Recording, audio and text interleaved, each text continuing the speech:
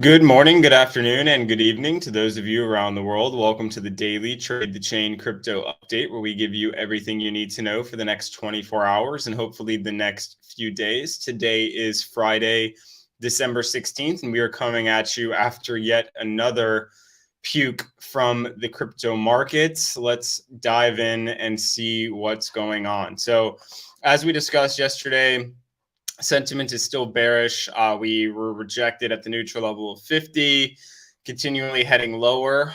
No exact relief in sight. Hourly sentiment was briefly positive as we saw a bit of a hump in the early hours after the US markets opened up, but we've only continued lower. And for Ethereum, daily sentiment still bearish. Tweet volume slightly up compared to Bitcoin down, but trading volume still down. Also, some bullishness this morning where we saw that hump and then we continued to careen down. So sentiment not looking very positive, and no matter what short-term outlook traders want to feel, it is not reflected in price action. So just quickly looking at the Bitcoin chart, we did mention, if the 17.3, 17.4 level were to break, that 17.1 and 16.9 would come into play. They came into play a lot quicker than expected, and we even dripped down to 16.8, as of, the time of this discussion. So we were correct in terms of general market outlook, but let's see what's going on in terms of DXY. So in my outlook, we've broken above the trend. It's not the cleanest and most well-structured break, but in terms of a trend break, the RSI trend has been broken. We're still beneath the daily trend that we've been on since mid-November, since we had that big dip early November. And if we look at the 4-hour, it's not entirely exciting in terms of actually lifting higher in the immediate term. It does look like we're getting rejected at the daily close from yesterday, as well as the trend, as well as the 50-day moving average. So, we don't have a confirmed rejection yet, but it does look to be rejecting off that level. Basically, what you'd want to see is it survive, 104.5, and then eventually lift higher as low as 104. So we can get down to that level and still end up moving higher. So we'll continue to track that. But obviously, if this ends up even trickling down, risk may end up getting some sort of relief from the carnage, but that is obviously not guaranteed. So looking at equities, again, where we discussed yesterday, broke through the downtrend. We mentioned this, 3,900 level being key. We were rejected at the 3,900 level, pretty clean and clear rejection. 2 wicks, could not break higher, and so we ended up careening down early this morning. I guess late last night, I should say, and only continued back to those lows early this morning. We're obviously sitting at a support level at 38.40, but it doesn't look extremely convincing yet. We do have a kind of a nice little swing failure pattern to give the bulls some hope at a potential support structure forming here.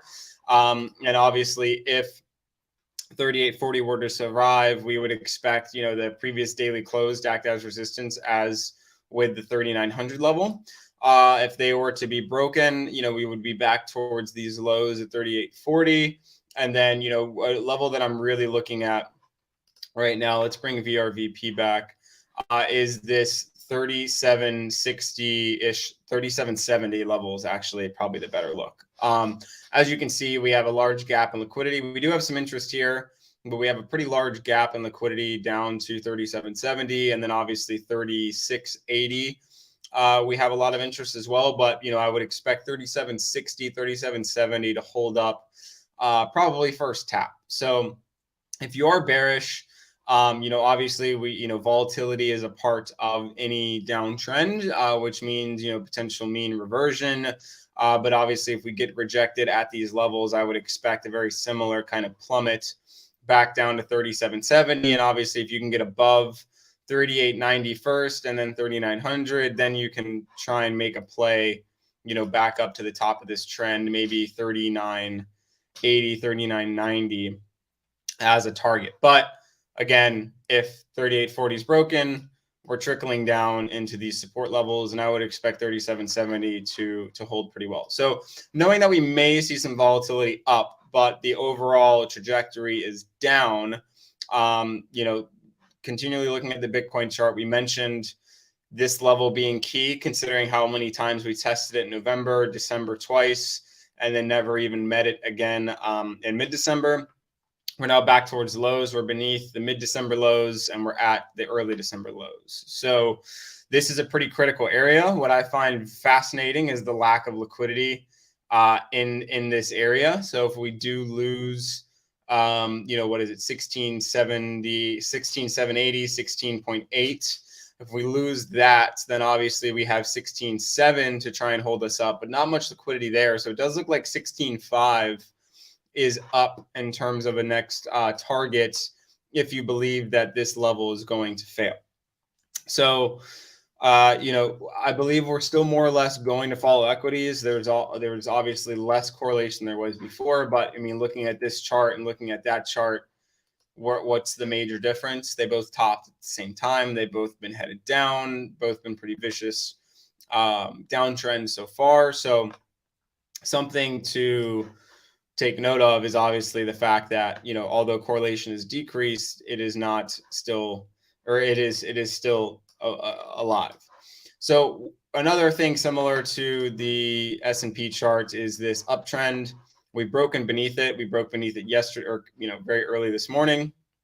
And so potential, if 16.8 can hold, potential top targets would be 16.9, potentially all the way up to 17 to 17.1, where we would potentially be rejected either at the previous supports, now resistance, or the trend, the uptrend, which I told you will act as resistance as well to any attempt to reclaim it.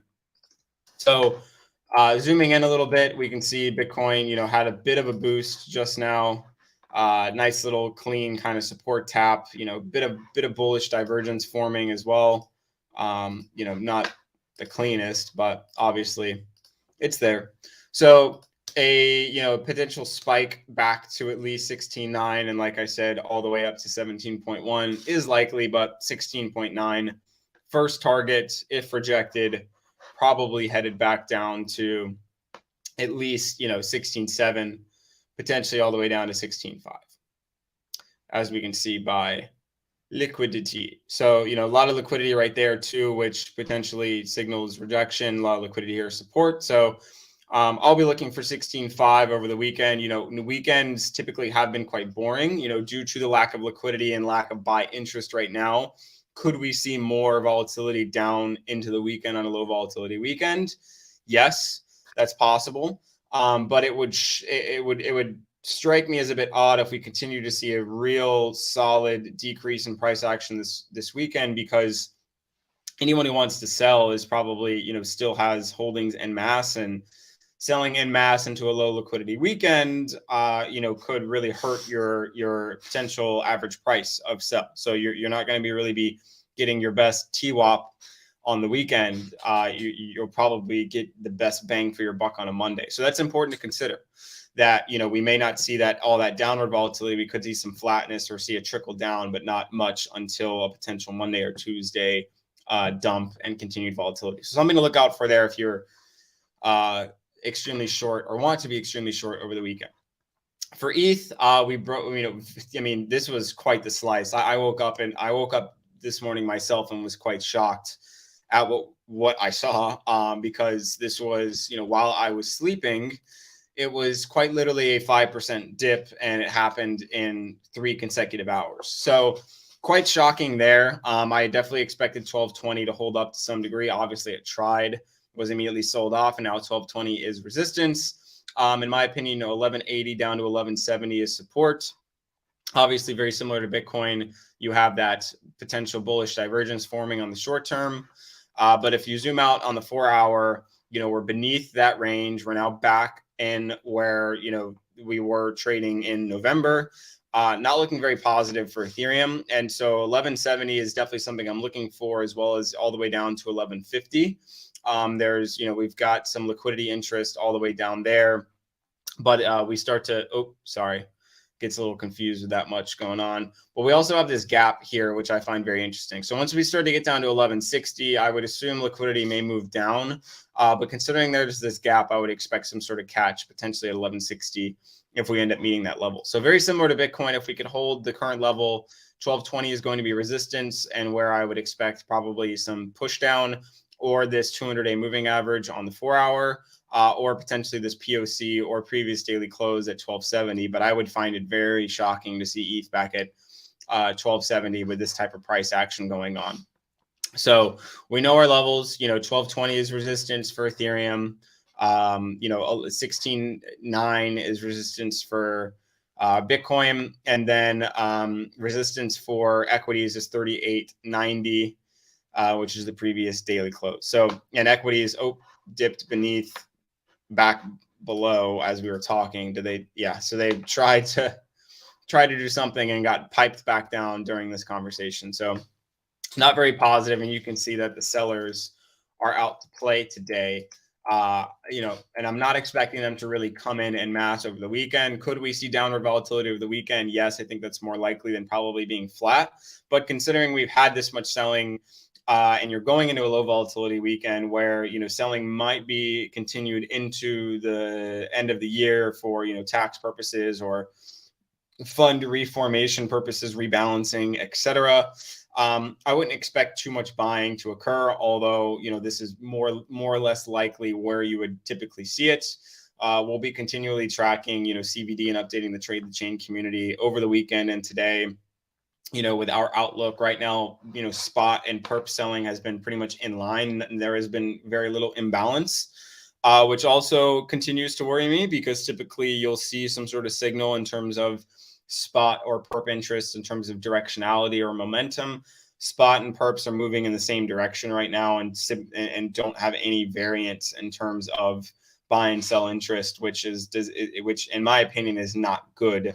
Because if spot and perps are selling en masse and nobody is trying to position for a potential, swing failure pattern, for potential short squeeze, everyone's pretty short right now. So, take that as you will. I probably won't be looking for longs until we end up seeing some more macro news that's positive. But I will not also continually shorting into perpetuity, when prices are already this depressed. So take that as you will. Markets aren't looking very positive, but we could see some funky volatility over the weekend. But I have a feeling we will end up probably seeing some mean reversion at one point, maybe early next week, before a continued sell-off that will likely not allow us to have any fun unless we're clicking the red short button. Just as a interesting kind of market benchmark, Apple is on the cusp of potential doom. So, this, although we look at equities, a little Bitcoin, Ethereum, whatever, Apple is a massive, massive, massive part of the S&P 500, which we do track. And we are sitting at, pretty much, year supports. This is the weekly charts. Weekly price is at the low of for the entirety of October and November, and also June. And we're sitting at the top of supports from previous summer, or from 2020 summer and 2021 winter and spring. So if this were to break, there's very little, support in sight. So I guess, technically this would probably be an interest of me, or of mine, 124. And then I would say this would be of interest as well. And if, God help us if 103 breaks. So, that would take a lot. This is a year of trading, and in this bear market, and the drawdown is only 30%, only, but the drawdown from peak to 104 is, 45%. And that's, a very solid chunk of the S&P and a lot of people's, the IRAs and retirement funds. So, this is going to be very, very interesting sledding as we close out the new year and see what the market brings us. So good luck. Happy trading. If you're not in the Trade the Chain community, being there all weekend, all day today, as I am every day, and you'll get all the juicy updates and conversation in relation to everything that's happening in the market as it relates to price action. So have a great weekend. Good luck. See everybody Monday.